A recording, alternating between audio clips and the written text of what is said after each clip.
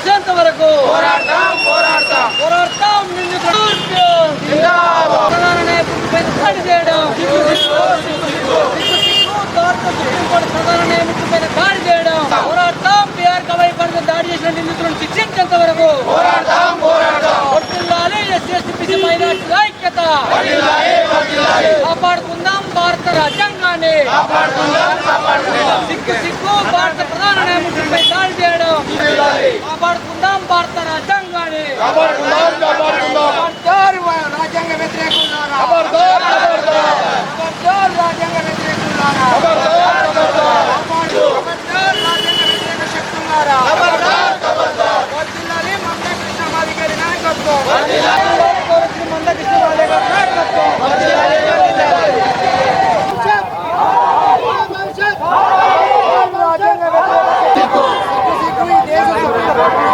October 6వ తారీఖున ఈ దేశమంతా కూడా సిగ్గుపడేలా ఒక చర్య జరిగింది. భారత సుప్రీంకోర్టు ప్రధాన న్యాయమూర్తి జస్టిస్ బీఆర్ గవాయి పై ఒక షూ విసిరిందంటే ఆ రోజు మొత్తం దేశానికి చీకటి రోజుగా అభివర్ణిస్తా ఉన్నాం. నిజంగా ఈ రోజు ఆయనకు అనుకూలంగా తీర్పు రాలేదని మధ్యప్రదేశ్ లో ఉన్నటువంటి ఖజురాహో టెంపుల్లో విష్ణుమూర్తికి సంబంధించినటువంటి ఒక విగ్రహం పాడైందని దాన్ని పునర్ప్రతిష్ఠించాలని సుప్రీంకోర్టులో కేసు వేయడం జరిగింది.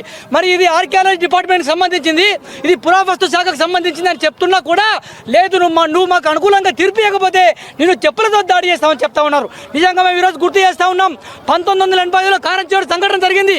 ఎంతోమంది మాదిగలు చనిపోయారు. మరి ఆ రోజు కూడా 23 ఏళ్ల తర్వాత కూడా సుప్రీంకోర్టు జడ్జిమెంట్ వచ్చింది.